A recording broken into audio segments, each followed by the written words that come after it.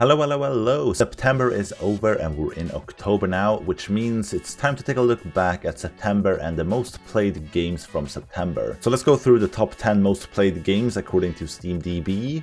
But first, let's look at the top 15 because I'm kind of intrigued by the titles here. So in 15th place, we got Pico Park 2, we got Raven's Watch 14th, we got Tiny Glade, Forever Winter, and Age of Mythology. So Pico Park 2 is a co-op game for 2 to 8 players.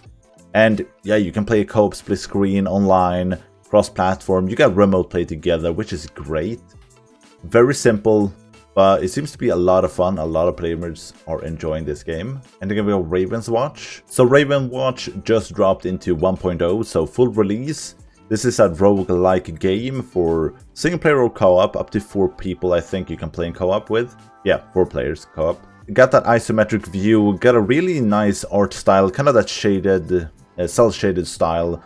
I am intrigued by this. I think I have it on my wish list. I just haven't had time to get around to play it, you know. But I think it looks great, and very positive ratings here as well.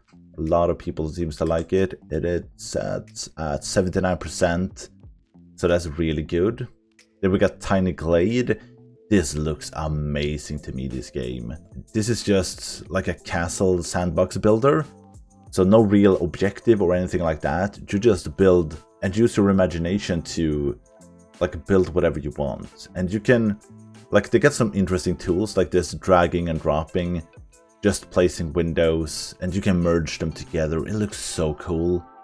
The art style is perfect. It looks so nice. Yeah, just a chill game you can relax with. I need to buy this and test it a bit. I think this is the best like chill game of the year easily. And it sits at 96% positive reviews, over 6,800 reviews, which is insane. And in 12th place we got the Forever Winter. This one dropped into early access 24th of September. I think they will have this in early access for a while. I think they want to take their time with this one.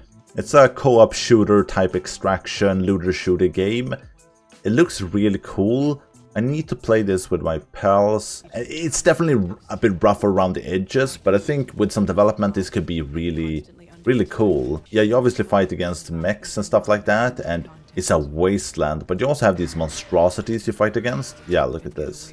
Like this giant lady. So I think this one is one to watch, and I think it's gonna grow if they can develop it properly. And in 11th place we have Age of Mythology Retold. Yeah, this is an old RTS game that is remastered. It belongs to the Age of Empires franchise. This was the shit back in the day. I have never been a RTS type of guy, but this one looks good and people seems to enjoy it quite a lot. It is single player, you can play PvP online and co-op as well. It's on all platforms, I think. And it's Xbox that is, yeah, releasing this, so it should be on Game Pass as well if you want to check it out. Let's take a look at the top 10. So in 10th place we have Halls of Torment. This one is like the golden standard for me when it comes to Vampire Survivors type games. This one took the Vampire Survivor formula and took it in a different direction. You still have like the killing hordes and hordes of enemies, but it is more about the loot you find and gearing up your character more than just finding the specific pieces for the ultimate weapons you want. It still sits at 4,800 on a 24-hour peak and has 26,000 at an all-time peak. This has been in early access for quite a while, and this is the 1.0 release that have happened. The price for this one is $5, so it's very cheap. It's well worth your money if you like the Vampire Survivor-esque type game. And I think on Twitch, yeah, 35,000 at an all-time peak. And on Steam it sits at almost 96% positive reviews with 23,000 reviews, so that's insane. It has that old school vibe to it. I almost thought I had missed this game when I first saw it, like, this looks like a 90s type of game. But no, they just went for this aesthetic, and it was definitely a bit hard to get used to in the beginning, at least for me, but it plays so well that it just adds to the experience basically. And well worth checking out if you're interested in the Vampire Survivor type game. I truly fell in love with it once I started playing it and enjoying it, and it's overwhelmingly positive, like 23,000 reviews and 95% positives. That's insane. In 8th place, we have Final Fantasy 16. This one is, of course, for the PC release. The console release was quite a while ago now. I played it back then when the console release was, and I enjoyed this very much. Pure Final Fantasy game is always so much fun, usually. Like 15 was a bit of a disappointment to say the least, and it stayed way too long in development and had so many flaws. But this one feels more thought out from the beginning to the end. You have a good story, you have a lot of skills and character development, and you have a big world. There are definitely flaws in the game, like it takes too long to get all of the skills for the main character, but the world building and the giant battles between the icons are insane. So it's definitely worth checking out if you like JRPGs. 24-hour peak of 7,300 and an all-time peak of 27,000. On Twitch they peaked at 176,000, that's a lot of people watching that game, and 76% of the reviews were positive, 6,800 reviews, so yeah, that's good. And yeah, that is a mostly positive rating. Yeah, that's really good. It is a pure JRPG, so if you like that and haven't played this one, you should check it out. There is a demo which is really good. The story is getting a bit dragged out because it's quite long, but I think it's a really good story nonetheless. And in 8th place we got Spectre Divide. This is the game that Shroud is backing or co-developing or part-owning. I'm not sure exactly what his role is, but I've seen that he has promoted this game quite a lot and is involved in the development in some way. This one has a 24-hour peak of 2,700 and 30,900 as an all-time peak. Quite low for a new shooter that is backed by a giant streamer, but usually the game is the one that is drawing in the players, not the streamers. An all-time peak of 81,000, so that is probably Shroud playing the game, if I'm gonna guess. And it sits at 62% positive reviews with 9,500 reviews. So it sits at mixed on Steam, which isn't the best. The gameplay in this is kind of interesting. It's a 3v3 tactical shooter, but you control two characters at the same time, or not at the same time, but you can switch between them, I think. I haven't tried this out myself. It doesn't look that interesting to me. I like the style, but yeah, I don't know. It's such a time commitment to invest into a new PvP game. Like, I play a lot of Valorant and I've played a ton of Halo back in the day, but I just don't see this being a giant hit. So I'm kind of hesitant to even get into it. But yeah, we'll see where this one goes. It's not off to the best start, but yeah, it might go somewhere, hopefully.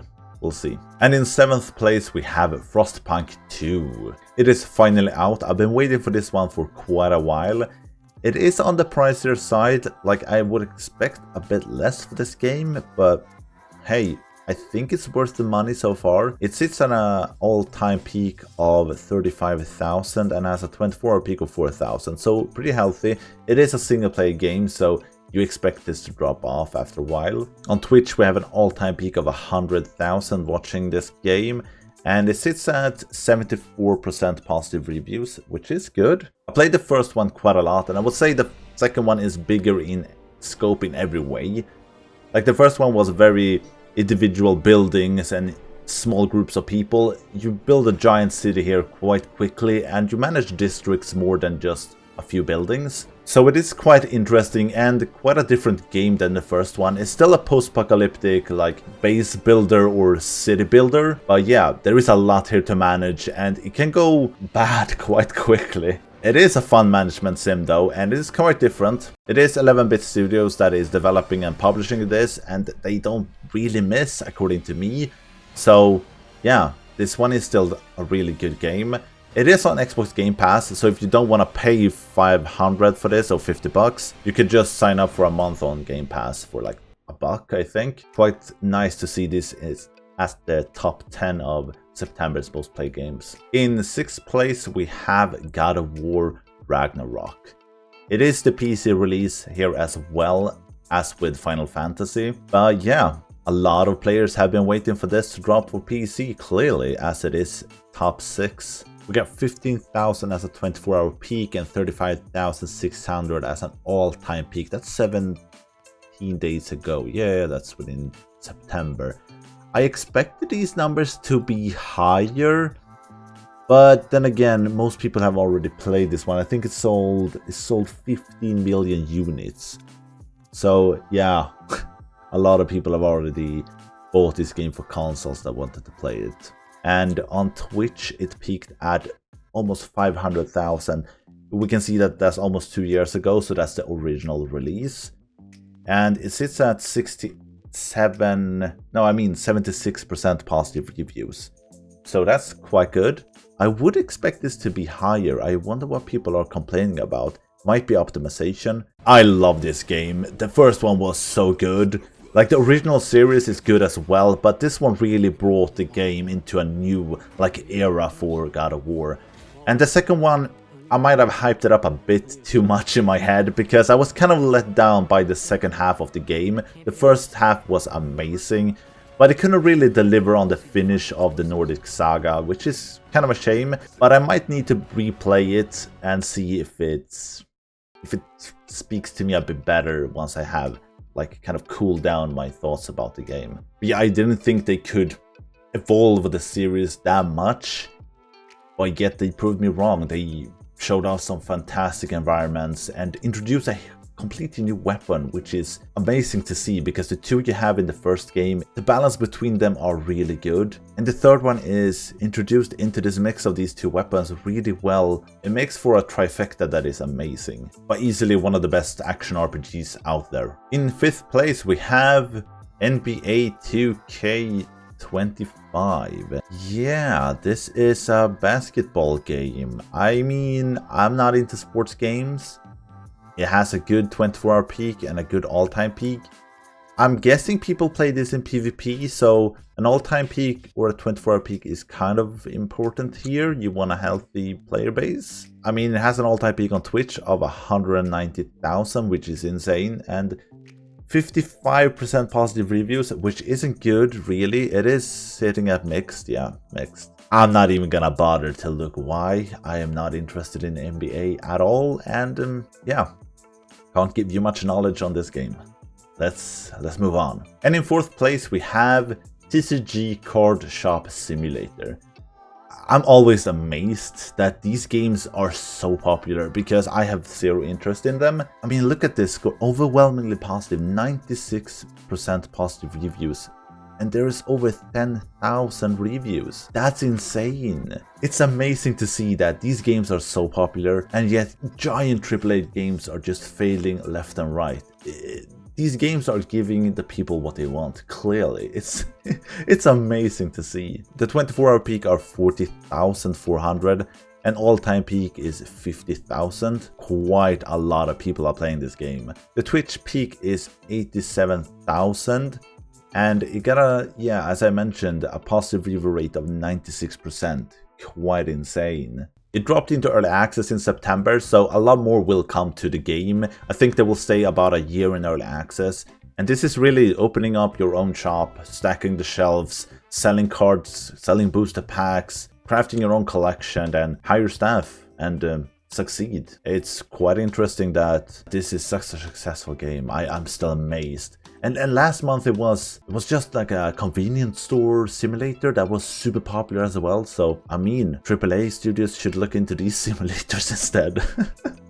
And in 3rd place we have EA Sports FC 25. I mean, yeah, the football games or the soccer games are going to be super popular the month they are released every year. That is just a fact. My brother loves these games and buys them every year. I can't fathom why. It's just another football game with slightly better graphics or slightly different mechanics. But hey, I'm not the one to judge. If you enjoy a game, you enjoy a game. As we can see, and this is just for Steam, 94,000 are playing this. That's the 24-hour peak, and 110 is the all-time peak. That is quite insane. And yeah, we got some big streamers playing this as well. 488,000 are watching this on Twitch, and 48% positive reviews. That is mixed, yeah. As with the basketball game, I'm not gonna go into this more. It's another football game.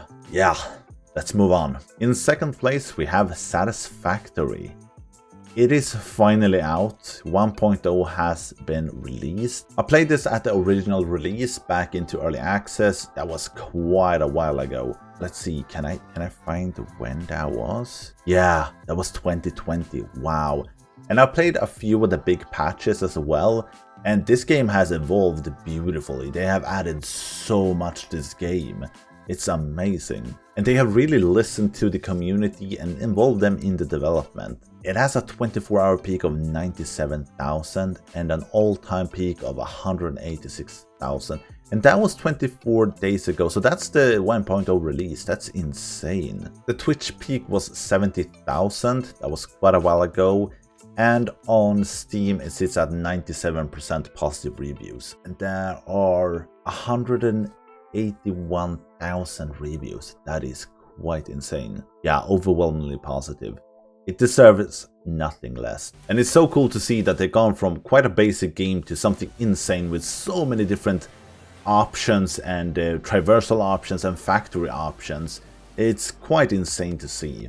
It's cool that they have succeeded with this game in such a great fashion. And hopefully they will continue working on this game after the 1.0 release. We got no news so far, but we'll see. Or they start working on the second game. But hopefully they take some time to perfect everything in the game and introduce some interesting mechanics afterwards or interesting new additions. And to no one's surprise, in the #1 spot we have Warhammer 40k Space Marine 2. This is really the game that the gaming industry needed right now, like a known bullshit game that is just pure masculinity and pure fucking chaos, and it's just a blast to play. You just hit the trigger and everything dies. It just hordes and hordes of enemies attacking you. It's so much fun. Like, this is what gaming was like 10-15 years ago, and we kind of lost this and we need to bring it back. And the crazy thing is, this game isn't doing anything extraordinary, it just does everything well and has no bullshit in it. The 24-hour peak is 37,000 and an all-time peak of 225,000, and that's just on Steam. Whew,